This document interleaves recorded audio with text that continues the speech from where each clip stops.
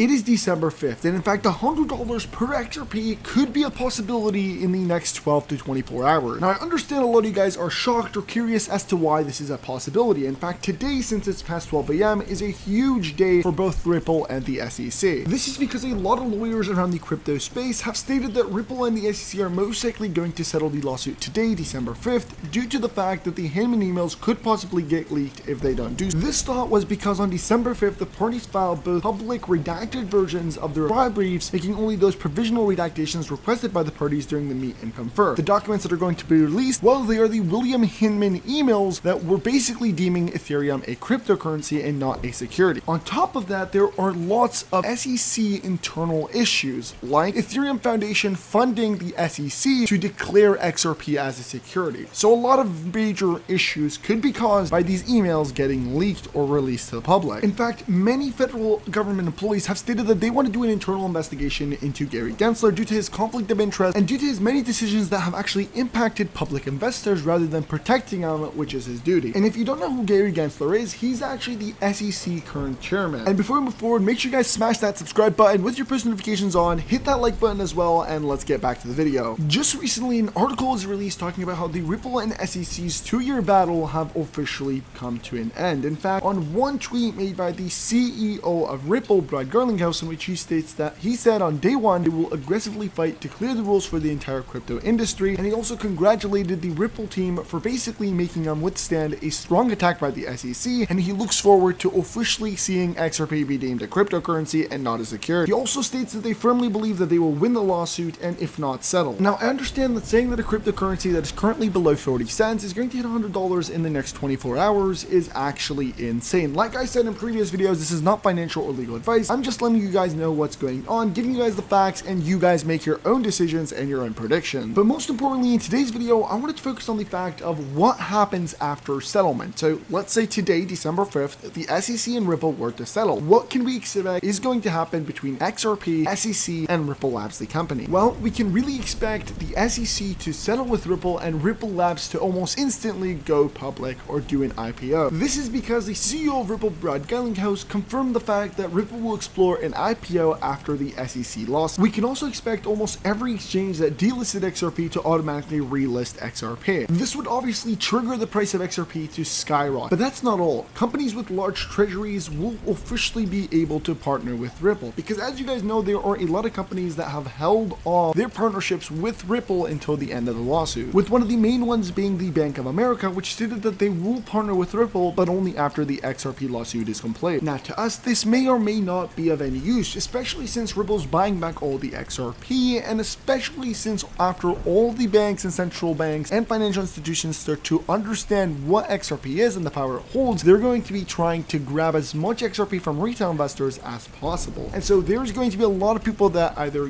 get their XRP stolen, it is withheld with an exchange, and a big portion is going to panic sell instantly upon the price of XRP going up even a slight bit. And so only the very few will remain, and that will mean that to recapture those very few XRP that are still within retail circulation, the government and any financial institution that owns XRP is going to have to pay a significant sum of money to repurchase it. Now, we all understand that Ripple has to tackle a $9 trillion market, which could serve about 50% of the world's population. And if we were to actually use that number as a method to find out how much XRP is going to be valued at, then we will understand that XRP's price value is going to skyrocket. Merlin Crypto Future actually did the calculation. In fact, he put in that around $9 trillion market cap with a circulating supply of 48 billion, you're going to have approximately $190 as a per XRP value. So yeah, talking about XRP skyrocketing in price is a real possibility. How long? Nobody really knows. And before we move forward, I want to remind you guys of metalcrypto.com, where you could buy your own physical Ripple XRP coin or a normal XRP coin with Hey. In fact, they've recently also dropped the Stellar XLM coin and a bunch of other ones. Now, I definitely recommend you guys get this just in time for Christmas, because if you have any friends or family that absolutely love Ripple XRP, this is the perfect gift. I have personally pre-ordered a bunch of them, and thankfully they came in yesterday. Finally, I'm able to package them up and put them under the tree and gift them away for this holiday season. So make sure you guys do check them out. Metalcrypto.com will be linked down below. Now, if you didn't know already, the Ripple vs SEC case was basically a hoax. In fact, Swift and Banks have been called out on multiple occasions for them suing Ripple Ripple in order for them to buy time to develop their own Ripple XRP knockoff. Now that completely failed and was proven truthful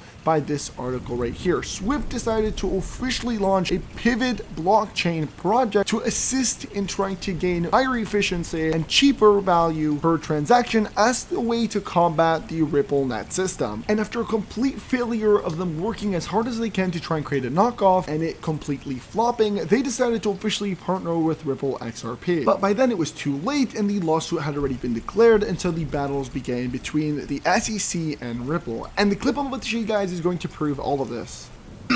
And there was another frivolous lawsuit of Ripple Labs by the U.S. government. It's, David, just to slow them down. They're just kicking the can down the road. They're just slowing the pace. Because the banksters are not ready. And I'm going to make a bold comment, and it's just in my own vernacular.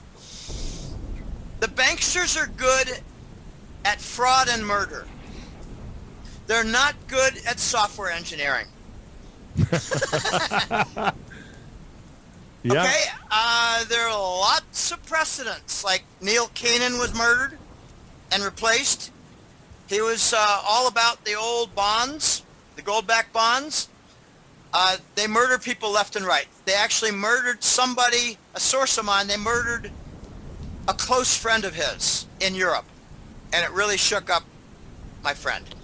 The banksters sued XRP and Ripple Labs in order to buy time, not so much to hold them back as to, well, it's two motives. One, to hold back the development of the Ripple Labs, but it didn't work because they're still working. And the other motive is to buy time in order for the banksters to develop something in a similar manner with the intellectual property so that they can match Ripple and say, we've got our own Ripple, we don't need your Ripple, but they failed. And now they're saying, we need your Ripple, we're going to make a deal with you, we're going to have a timetable, we're going to have a schedule, it's going to be 18 to 24 months, we've got a span of time, and it is our accord.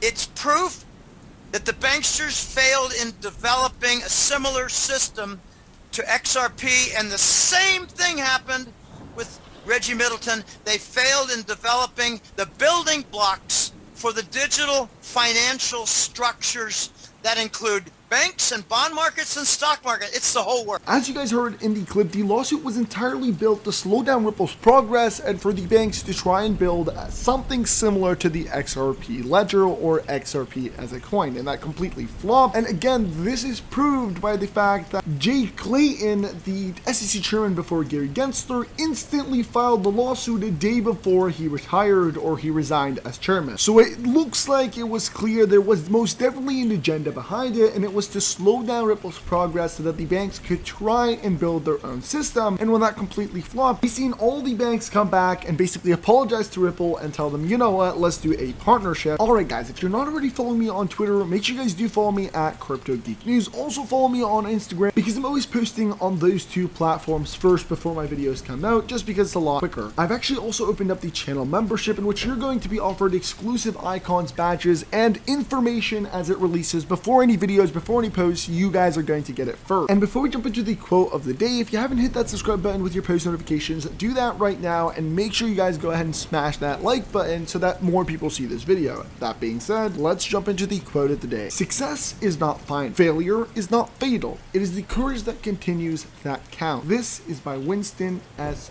Churchill. Have yourself a good day, and I'll see you guys in another Crypto Geek video.